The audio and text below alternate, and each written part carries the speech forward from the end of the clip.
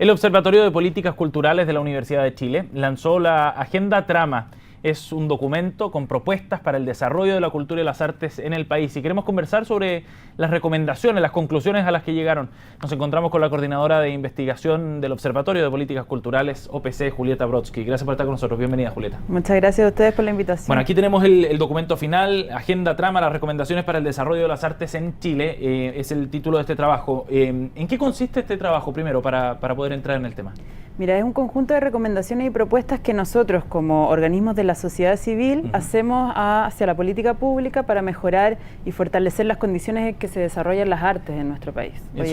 ¿Cuál fue el diagnóstico sobre el cual partieron para poder precisamente llegar al trabajo que dio origen a este documento?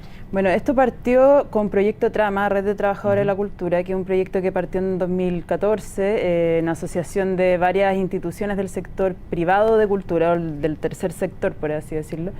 Pero no solo con no solo con los trabajadores, sino que con las mismas instituciones también, ¿no? Claro, ¿sí? Con las mismas instituciones. Y se hizo un diagnóstico al principio del proyecto, en el 2014, para ver cuáles eran las principales falencias, necesidades del sector, en qué situación estaban los trabajadores. Y ahí se vio que la situación era bastante crítica, de precariedad, y que estábamos en una situación en que el país estaba desarrollando el ámbito cultural a costa de sus trabajadores. ¿Qué significa eso? ¿En qué condiciones, por ejemplo, se estaba desarrollando este trabajo? Bueno, tenemos que el 89% de los trabajadores de la cultura trabajan sin contrato de trabajo. 89. 89% de los trabajadores. Eso es altísimo. Que casi el 40% no tiene previsión para la vejez, que el 70% no conoce sus derechos laborales. Tenemos, digamos, una serie de situaciones en las que vemos que hay mucha precariedad, informalidad, que no logran llegar, sostenerse solo con el trabajo artístico, que tienen que recurrir a otros trabajos, que dedican muchas horas a su labor, pero eso no se ve compensado económicamente. Sí. Por ejemplo, el 40% prácticamente no esperaba recibir una remuneración por su trabajo artístico.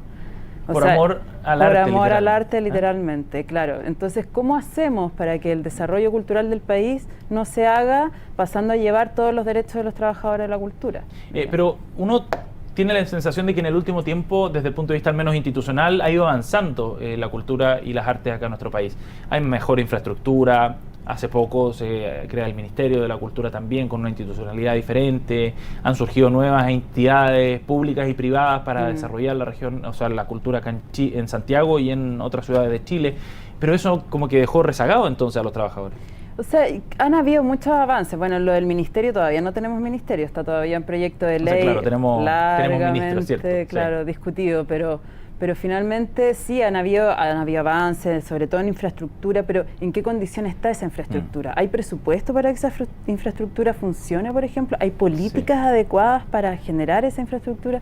O sea, finalmente generamos infraestructura, pero las hacemos concursar como cualquier otro para ganarse un fondo público que dura 6 meses y el próximo año de nuevo. Entonces, hay, digamos, condiciones que estructuralmente no están dadas para que esto se desarrolle de forma sustentable, para que los proyectos puedan ser a largo plazo, sino que es muy cortoplacista lo que tenemos hoy en día. El diagnóstico que ustedes hicieron de esa precariedad abarcaba distintas artes y distintos ámbitos de la cultura, ¿no? Claro, nosotros nos enfocamos en 5 disciplinas artísticas, que es artes visuales, artes escénicas, literatura, música y las artes audiovisuales. Perfecto. Que son, digamos, el núcleo central de las artes. Por eso también le llamamos recomendaciones para el desarrollo de la arte y no la cultura, porque no estamos trabajando temas como patrimonio, culturas indígenas, digamos que son otra parte fundamental también del tema cultural.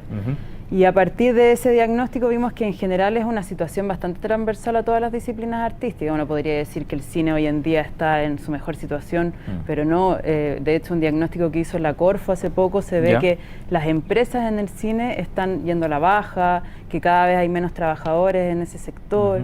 Entonces, ¿que están en malas condiciones también? Están en malas condiciones también, sí, sobre todo, por ejemplo, la literatura, las artes visuales, que son también disciplinas las que se trabaja de forma más solitaria, donde no hay un empleador que uno puede identificar, entonces se da más precariedad. También Por ejemplo, tenemos herramientas que son súper útiles, como el contrato de arte y espectáculos. Existe un contrato especial para la arte y espectáculos, pero obligan a los trabajadores de la cultura a emitir, además de sus descuentos previsionales como cualquier persona contratada, tiene que emitir una boleta de honorario, y eso hace que se les descuente un 10% más de su sueldo bruto. Aparte de los otros descuentos. Aparte de los otros descuentos. Entonces le estamos descontando un 36% cada vez que le hacemos un contrato de arte y espectáculo. Entonces eso hace que se desincentive mucho también el uso de ese tipo de herramientas. De instrumentos formales, claro. Claro. Julieta, ¿y qué conclusiones o qué recomendaciones dirías tú que son las centrales de este documento? ¿A qué conclusiones llegaron y hacia dónde debería orientarse entonces luego la política pública, quizás las leyes para a partir de este diagnóstico que hicieron y el trabajo? Mira, lo principal aquí es, digamos, que es nuestra medida número 1, es garantizar que la cultura sea un derecho en este país, ¿no? Que la participación en la vida cultural sea un derecho y que el Estado tenga herramientas para garantizar ese derecho, porque uno puede poner en una reforma constitucional que la cultura es un derecho, pero después no tener la capacidad para hacer que eso se cumpla, claro. Y que ese derecho se garantice siempre cuidando que no sean los trabajadores los que tengan que, digamos, pasar a llevar o dejar de lado sus propios derechos para que ese derecho se garantice, y también sobre todo procurando que la misma sociedad, la población, la comunidad pueda acceder a esa vida cultural de alguna forma. Entonces nos preocupamos mucho, por ejemplo, de la descentralización, que es un tema súper importante. Por ejemplo, ahora estábamos tirando unas infografías en redes sociales donde decían que el 93% de las ventas de las empresas culturales se realizan en la región metropolitana. 93%. 93%, o sea, el 7% restante en todas las regiones de nuestro país. Entonces, claro, hay que generar un mercado cultural en las regiones, donde las personas puedan acceder a la vida cultural y donde los mismos artistas de regiones puedan desarrollarse y no tengan que venirse a Santiago para poder desarrollar su arte. Ese es un punto fundamental, por ejemplo. El tema de la descentralización, de fortalecer la institucionalidad cultural también, porque hoy en día la institucionalidad cultural tiene pocas herramientas para incidir, por ejemplo, en la agenda de otros ministerios.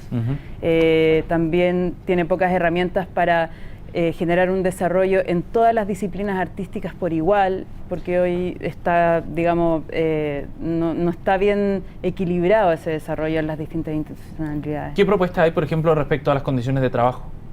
Bueno, las condiciones de trabajo, ahí este punto que te decía de eliminar esa doble tributación que se da en los trabajadores.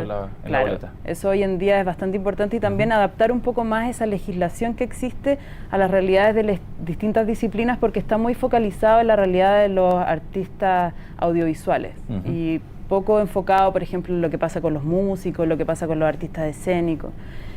También ahí una medida importante es generar un fondo social solidario para trabajadores de la cultura, porque hoy en día tenemos cada año que pedir pensiones de gracia a la Presidenta de la República para un montón de artistas que en su momento fueron artistas fundamentales para el desarrollo de nuestro país, pero que hoy en día están olvidados, que están en situación de extrema pobreza. Que suele suceder, además. Suele suceder mucho. Sí, entonces es importante generar algún tipo de previsión para ellos especial. Julieta, este trabajo bien largo que tú me decías duró cerca de 2 años, además con una visión que es de parte de los propios involucrados y afectados en algunos casos. ¿Cómo se va a plasmar o cómo se puede llevar a algo concreto, a la arena política, digamos, o al Congreso como un elemento, un insumo importante de debate?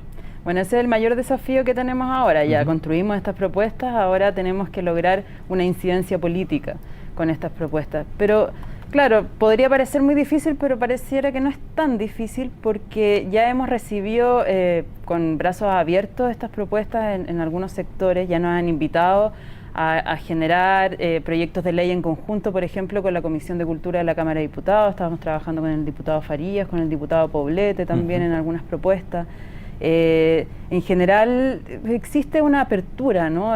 Una apertura de que la sociedad civil también cumpla un rol en este sentido, que nosotros también propongamos y seamos actores activos en temas de las políticas públicas. El Ministerio de la Cultura también ya se ha hecho eco de algunas propuestas que nosotros estamos incluyendo y que nosotros como Proyecto Trama... Ser un buen respaldo. Claro, porque nosotros ya hemos puesto ciertos temas en la agenda, más allá de esta misma agenda Trama, y eso ya se ha visto una buena recepción desde la institucionalidad. Por ejemplo, con el Ministerio de Economía también estamos trabajando algunos temas, el Ministerio del Trabajo. ¿El lanzamiento cuándo es? El 15 15 de en el julio. ex congreso acá en la sede de Santiago. Perfecto. Julieta, muchísimas gracias por haber venido para adelantarnos parte del contenido de este importante documento. Muchas No, a gracias. ustedes, muchas gracias.